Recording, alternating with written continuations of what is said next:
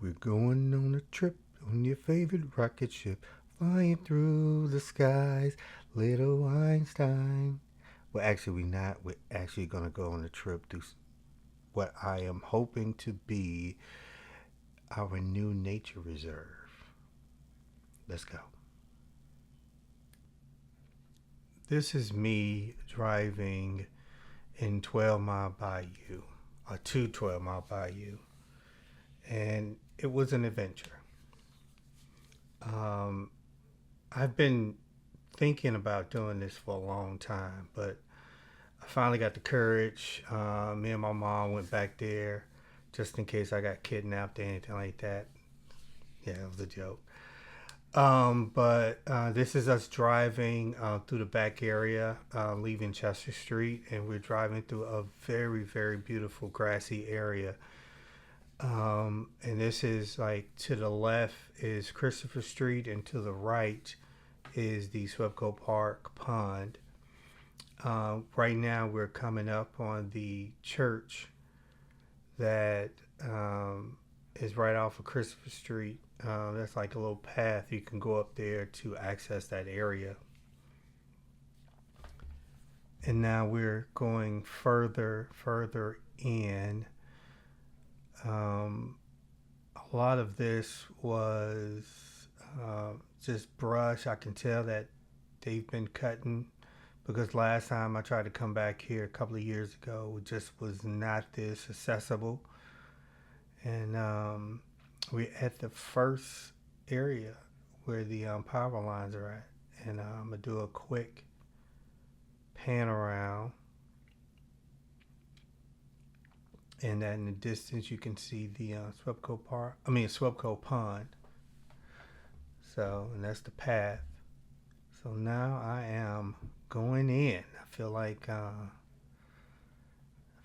adventurer, right? This is me just going. I said, I needed to document what's back here. I wish I would have had my meta glasses. This would have been 10 times easier and probably better video. Um, but I'm holding my cell phone, so it kind of shows you that it's not really a hard path. It's more of just a lot of bushes, and this was wintertime. I can see right now, probably in the springtime, it'll be very, very difficult to get back there because of the growing brush. But this is me kind of just finding all the clearings and going through. I got my walking stick with me to knock down any kind of brush. And this is kind of the first, it's like little hills here and there. And fun fact, it's a bunch of these gold ribbons all over the trees, markers. And these markers are used, I think, by the workers to go to the pipeline markers that you probably seen earlier. You're going to see another one. What was funny, I did not recognize it. I was just going by the clearing, and my mother, she watched this video, and she said, "Hey, what were you following? Were you following the gold ribbons on the trees?" And I told her, "What gold ribbons? I didn't see any gold ribbons." So, yeah. But they're all over the place, and I kind of deviated from the trail. Um, Me deviating, um, not now, but later on, I'm just gonna kind of not go that way. I kind of wish I would have recognized the gold ribbons. I would have stayed on the trail. That would have definitely helped me out coming back, because coming back was definitely more difficult. And this is me going off the path. I was, like I said, I was really just following the clearings. Um, it's solid ground, And this was during wintertime, and it probably was a couple of rains, anything like that. It wasn't a very dry, but it definitely wasn't right after a rain. So as you can see that petroleum pipeline off in the distance. Um, but this is the next clearing. See that pipeline? So at this point, I didn't, like I said, I wish I would have looked for the gold ribbons. I would have probably looked for those, but I went straight for the clearing. And this is really the last large clearing with the power lines.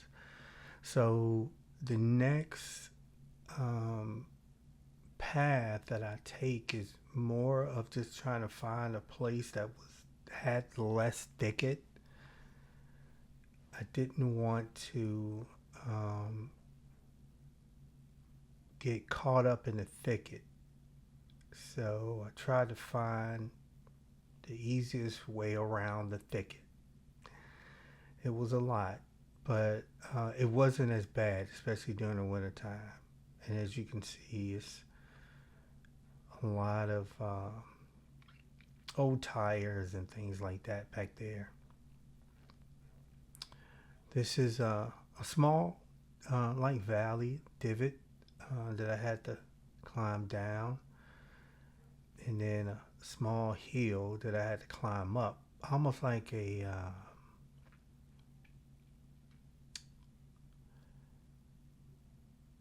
I'm trying to remember what they call them, the water barriers. But they build them up to keep the water from flood in the area. And this is this see and I could not avoid all the thicket, so I just went through the least amount of thicket.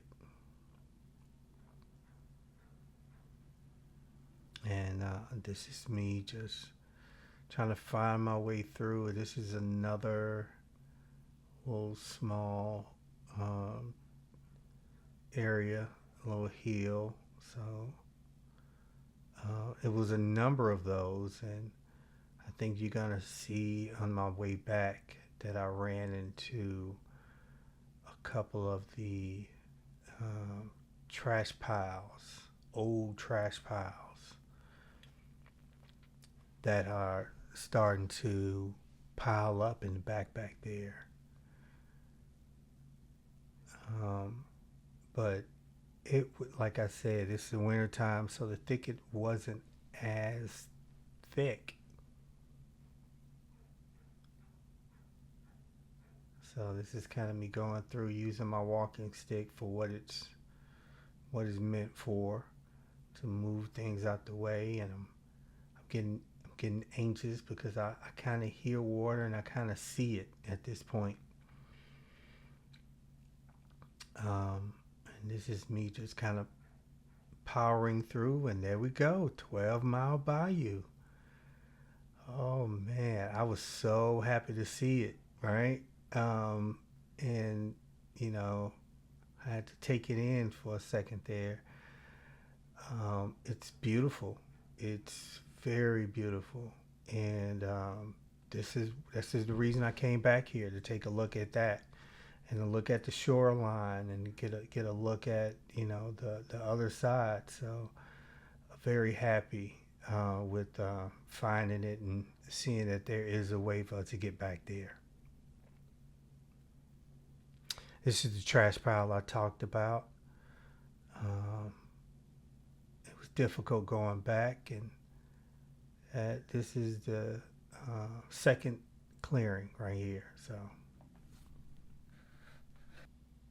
So this area right here is Cross Bayou, not 12 Mile Bayou, but this is off of Dowling Street. As I'm walking through here, as you can see, it's a lot of trash and um, old tires, things like that. It was pretty dry. It wasn't a lot of mud or anything like that. But the it's winter time, so the brush is low. Um, as you can see, I'm looking out, and I'm trying to find a good path.